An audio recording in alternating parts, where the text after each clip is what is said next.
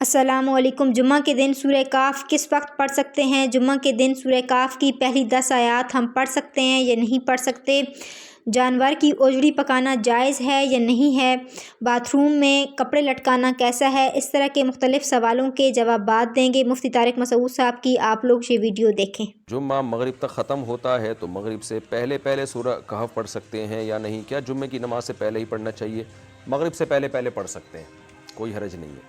جمعے کے دن پوری سورہ کہف پڑھنا سنت ہے یا پہلی 10 آیات؟ جنید صاحب، جمعے والے دن سورہ کہف مکمل پڑھنا سنت ہے یا پہلی 10 آیات؟ دیکھیں حدیث میں دونوں کی فضیلت ہے، پہلی 10 آیات کی بھی اور سورہ کہف کی بھی، تو یہ ایک پیکیج ہوتا ہے۔ آپ سمجھ لیں کہ اصل تو یہ ہے کہ پوری سورہ کہف پڑھے، پوری نہیں پڑھ سکتے تو چلیں ایک اللہ نے ایک اور پیکیج ہمیں دیا ہے کہ پہلی 10 آیتیں پڑھ لیں۔ اس کی مثال ایسے ہے جیسے حدیث میں جو تسبیح کا حکم ہے 33 دفعہ سبحان اللہ، 33 دفعہ الحمدللہ، 34 دفعہ اللہ اکبر، یہ ہر نماز کے بعد ہے، لیکن حدیث میں 10 دفعہ بھی ہے کہ 10 دفعہ سبحان اللہ، 10 دفعہ الحمدللہ، 10 دفعہ اللہ اکبر۔ تو یہ ان لوگوں کے لیے پیکیج ہے کہ بھائی جو 33 دفعہ نہیں پڑھ پا رہے تو چلو 10 دفعہ پڑھ لو۔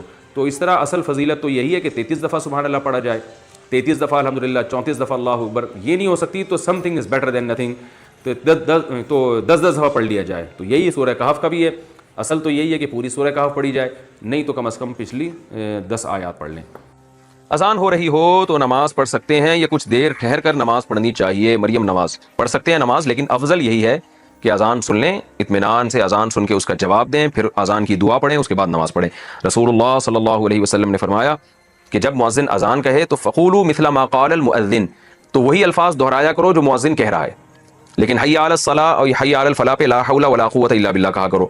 تو اگر آپ اذان کے دوران نماز پڑھیں گی تو پھر یہ اذان کا جواب کون دے گا؟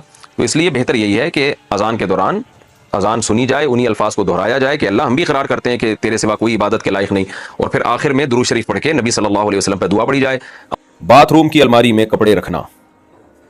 ہمارے باتھ روم میں الماری ہے، اس میں بچوں کے کپڑے رکھے ہوئے ہوتے ہیں۔ میری والدہ کو جب یہ بات پتہ چلی تو انہوں نے کہا کہ باتھ روم کی الماری میں کپڑے نہیں رکھو، کیونکہ باتھ روم میں شیطان ہوتے ہیں، تو کپڑوں پر ان کا اثر آئے گا۔ کیا یہ بات صحیح ہے؟ باتھ روم میں شیطان ہوتے ہیں تو آپ پھر باتھ روم میں بیٹھتے کیسے ہیں؟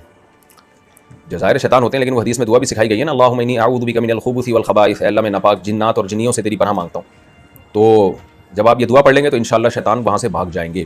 لیکن بہرحال باتھ روم میں کپڑے لٹکانے میں کوئی حرج نہیں ہے، شیطان اگر ہوتے بھی ہیں تو انشاءاللہ وہ آپ کے کپڑوں تک نہیں گھسیں گے۔ موجودہ دور میں بیت الخلاء کا گھروں کے اندر بلکہ کمروں کے اندر اٹیچ بات کی شکل میں ہونا شرعی اعتبار سے صحیح ہے کیا؟ نبی کے اور صحابہ کے زمانے میں بیت الخلاء گھروں سے باہر ہوا کرتے تھے؟ بھائی اس زمانے میں بیت الخلاء اس اسٹائل کے ہوتے ہی نہیں تھے۔ گاؤں دیہاتوں کے بیت الخلاء گھر کے اندر ہو ہی نہیں سکتے، کیونکہ وہ جتنی رپورٹیں ہیں وہ سب ادھر ہی پیش ہوتی ہیں، تو وہ تو ناممکن ہے، اس میں تو بدبو آئے گی۔ اب جو جس اسٹائل کے واش روم بن رہے ہیں اس میں بدبو نہیں ہوتی، اس میں گندگی نہیں ہوتی، وہ اگر اٹیچ باتھ روم کی شکل میں بھی ہوں تو کوئی اس میں حرج نہیں، اور بہت اچھی بات ہوگی ایگزاسٹ فین بھی لگاتے ہیں اس میں کوئی حرج نہیں ہے۔ خدا حافظ کہنا کیسا ہے؟ خدا حافظ کہنا کیسا ہے، اس کا جواب دینا کیسا ہے؟ محمد سلمان صاحب انڈیا سے۔ خدا حافظ کا مطلب اللہ تمہارا نگہبان ہو، تو بالکل جائز ہے، جیسے فی امان اللہ عربی میں کہتے ہیں اللہ کی حفظ و امان میں رہو، تو بالکل جائز ہے، دعا ہے یہ اصل میں۔ تو کسی سے جاتے ہوئے دعائیں دینا، کسی بھی الفاظ کے ساتھ دعائیں دی جا سکتی ہیں، اللہ کی طرف سے پابندی ہے، نہ گورنمنٹ کی طرف سے اس پہ کوئی پابندی ہے۔ تو ناجائز ہونے کی جب تک دلیل نہیں ہوگی تو اس دعا کو جائز ہی کہا جائے گا، کوئی بھی دعا دی جا سکتی ہے۔ اوجڑی کھانا کیسا ہے؟ اچھی طرح صاف کر لیں تو کھانا جائز بھی ہے، اور اوجڑی کھانا صحت کے لیے بہت مفید بھی۔ حکیم سعید صاحب جو تھے نا، بہت بڑے حکیم تھے، ان کے بارے میں سنا ہے کہ ناشتہ ان کا اوجڑی کے سالن کے بغیر نہیں ہوتا تھا۔ پیٹ کے لیے آج کل ساری بیماریاں کس کی ہیں؟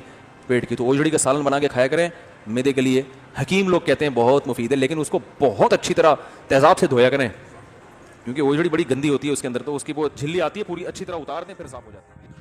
ڈاکٹر سمرین صاحبہ لاہور سے، کیا رشتہ کروانے کے یا رشتہ دکھانے کے پیسے لینا حرام ہے یا جائز ہے؟ برائے مہربانی رہنمائی فرمائیں۔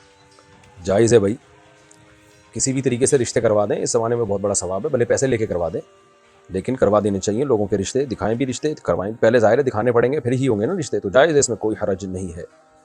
امید ہے آپ لوگوں کو یہ ویڈیو پسند آئی ہوگی۔ اس طرح کی انفارمیٹیو ویڈیوز دیکھنے کے لیے میرے چینل کو سبسکرائب کر دیں، ویڈیو اچھی لگے تو ویڈیو کو لائک کر دیں، بیل آئیکن کو پریس کر دیں تاکہ ہر آنے والی ویڈیو آپ لوگوں تک پہنچ سکے۔ ملیں گے نیکسٹ ویڈیو میں انشاءاللہ۔ اللہ حافظ۔